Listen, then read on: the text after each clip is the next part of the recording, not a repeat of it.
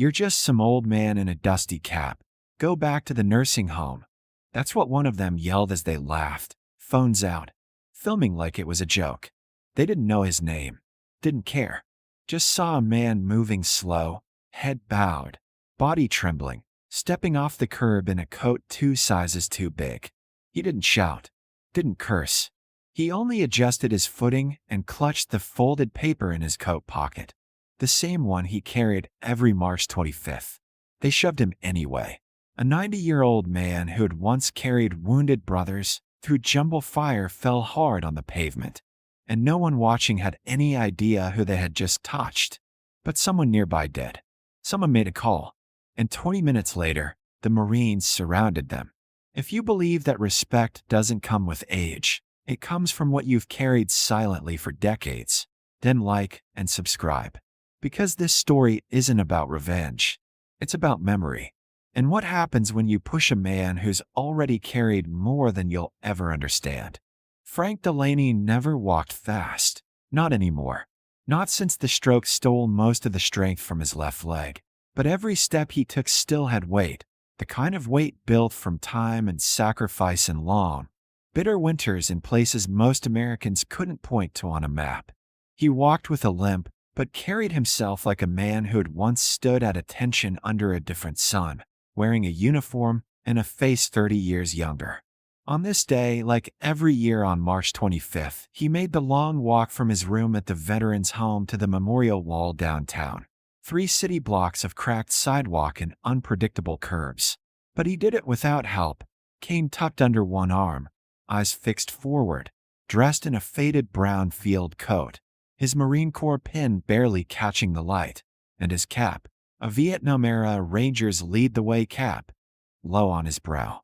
The town had changed since he'd first marched those streets in his youth. Storefronts replaced, new faces everywhere, and fewer nods of recognition. But he didn't care about any of that. He came for the wall. The names on it weren't just names. They were voices. Friends. Ghosts. And even if the town forgot them, Frank never would. But he was only halfway there when the laughter started.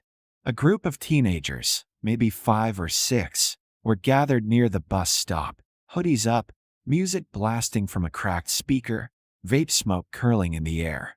One pointed at him. "Look at this guy, straight out a history book," another shouted. "Yo, Gramps, you lose your scooter?" The others howled. Frank didn't flinch. He kept walking, but that only made them bolder. "Bet he's got more flashbacks if we clap too loud," one said, clapping twice.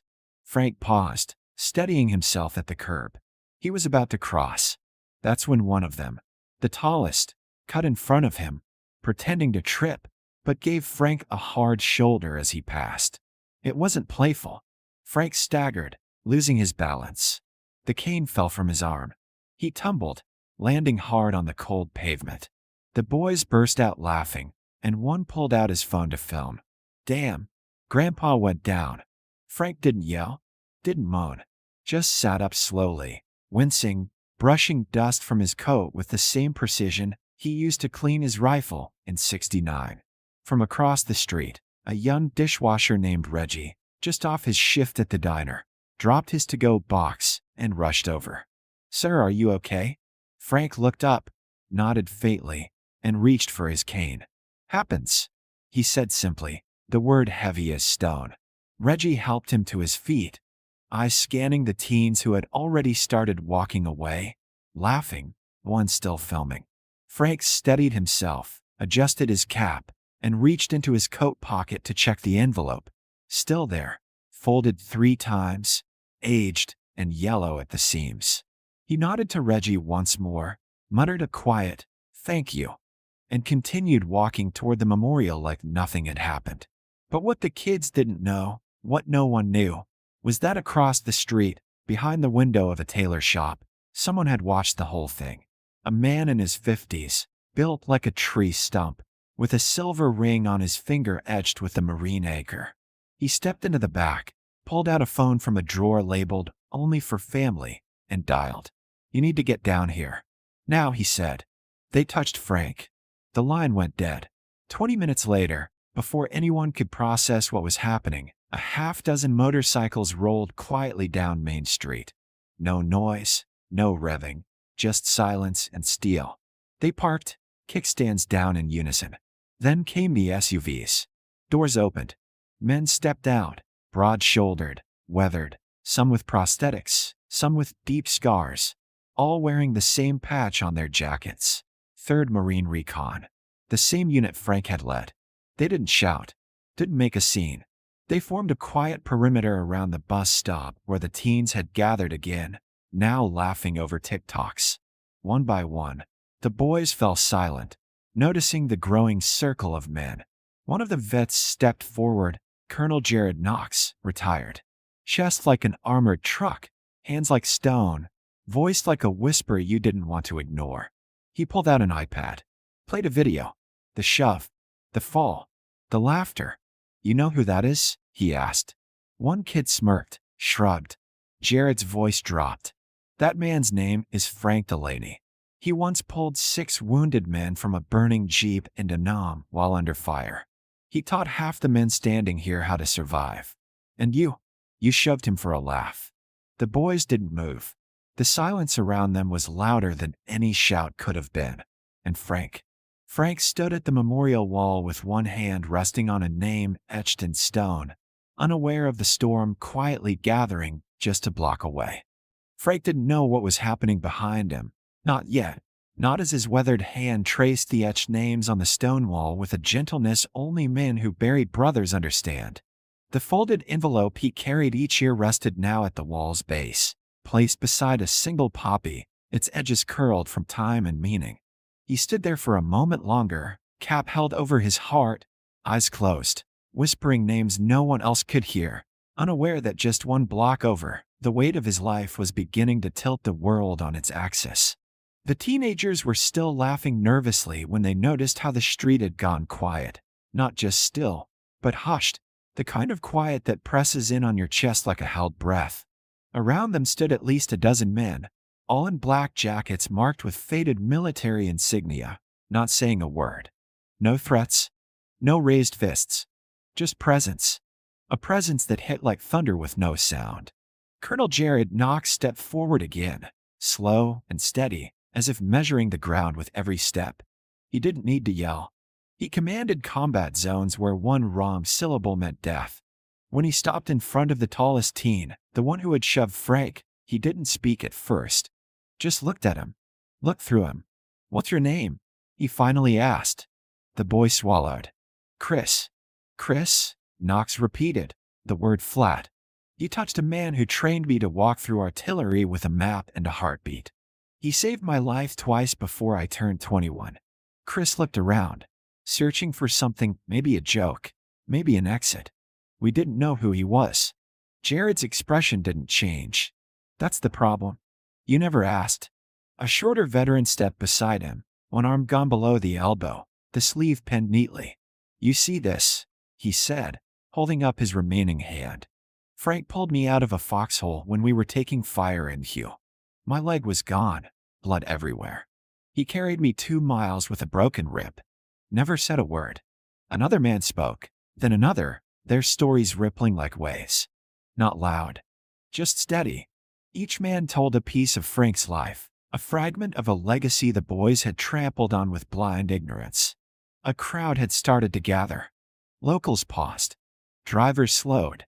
People who had once walked past Frank without a glance now stared at the circle forming around the teens, an unspoken courtroom, judgment cast not in law but in truth. Reggie, the dishwasher who helped Frank, stood quietly at the edge. When one of the teens, shaky now, said, "We were just messing around," Reggie stepped forward.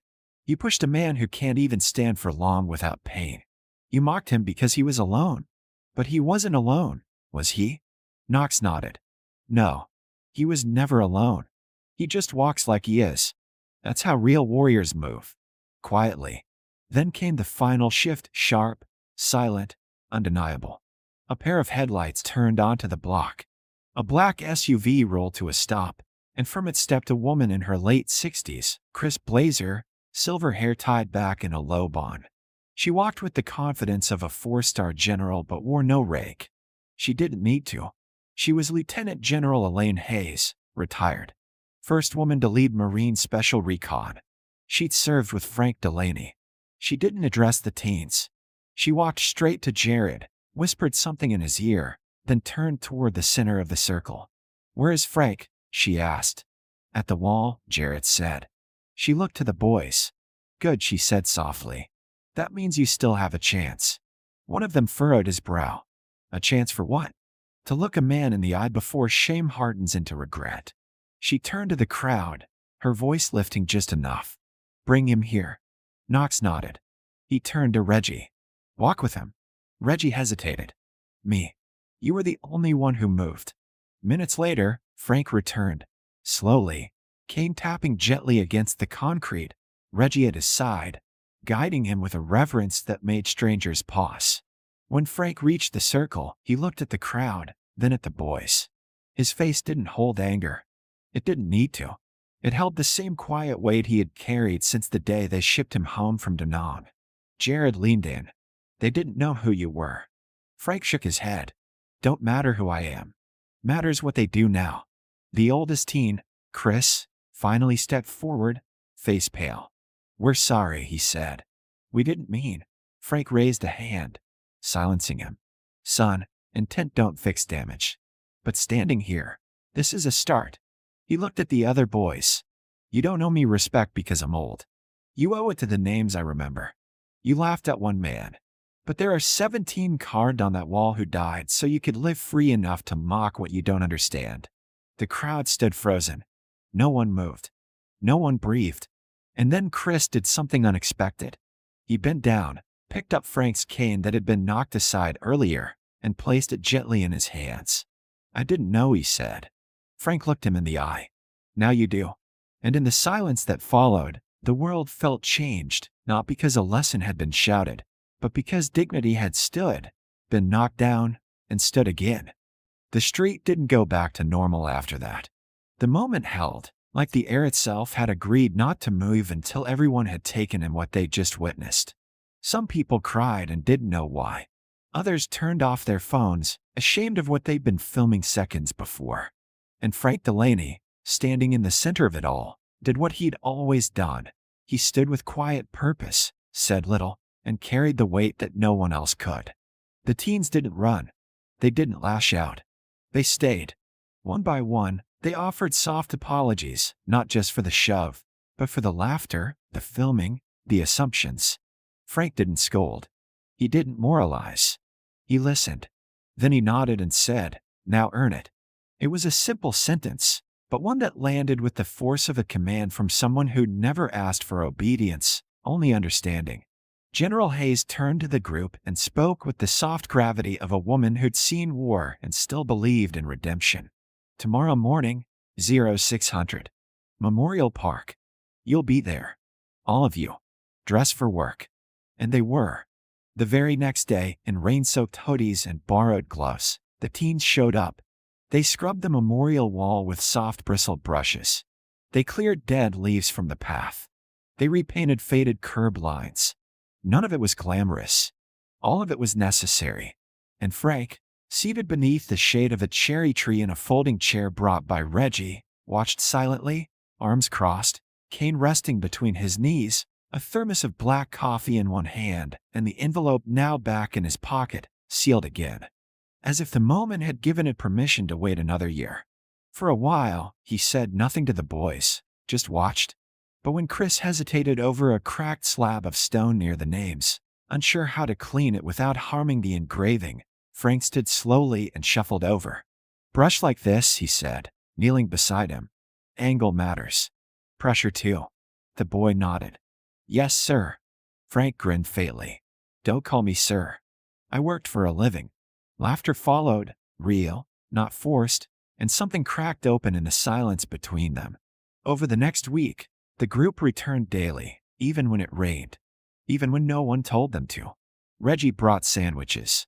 Frank brought stories, never about glory, always about service, about endurance, about how leadership meant watching when others didn't, stepping forward when others froze. By the end of the month, the wall gleamed like it hadn't in years, and something else had changed too. People who'd once walked past without seeing now stopped. They stood. They read. Some left flowers. Some left notes. One woman left a photograph of her grandfather, lost in Korea, with a line that said, "Thank you for remembering when others forget." And still Frank didn't ask for praise. He just kept showing up, like he always had.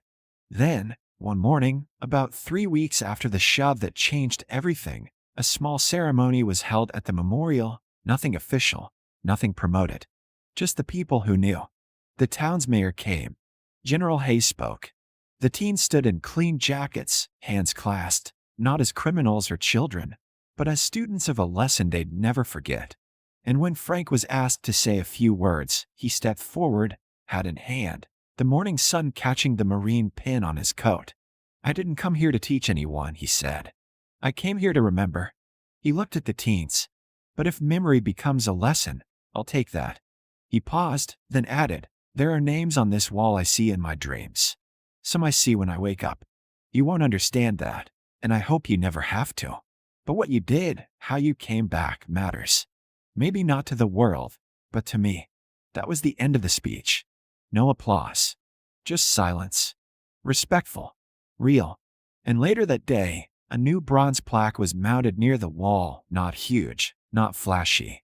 Just one line etched deep into the metal. For Frank Delaney, who stood and reminded us all how. The teens touched it lightly, their fingertips hovering like a silent thank you. Frank didn't comment. He just raised his coffee cup and took a slow sip. In the weeks that followed, some of those boys came back on their own. Chris applied to volunteer at the VA home. Another signed up for ROTC. Not because they were told, but because something had shifted. Something quiet. Something steady. And Frank? He kept walking the 3 blocks every March 25th. Kept placing the envelope at the base of the wall. But now, he wasn't alone. Reggie always walked beside him. Sometimes General Hayes did too. And each time, they passed the corner where it happened, where history had once stumbled, only to rise again. And every year, Frank's cap sat a little lower on his brow, his steps a little slower, but his presence only grew. And when, finally, the day came 2 years later, when the chair beneath the cherry tree sat empty, and the wall had no folded envelope waiting beneath it, the town knew. They didn't hold a parade. They didn't give speeches. They just showed up. Every name on the wall was read aloud. And when they reached the new one, Frank's, they paused. Not in sorrow. In salute. Because Frank Delaney never needed a crowd. He just needed a moment. And now, his moment had become memory. And his memory had become legacy.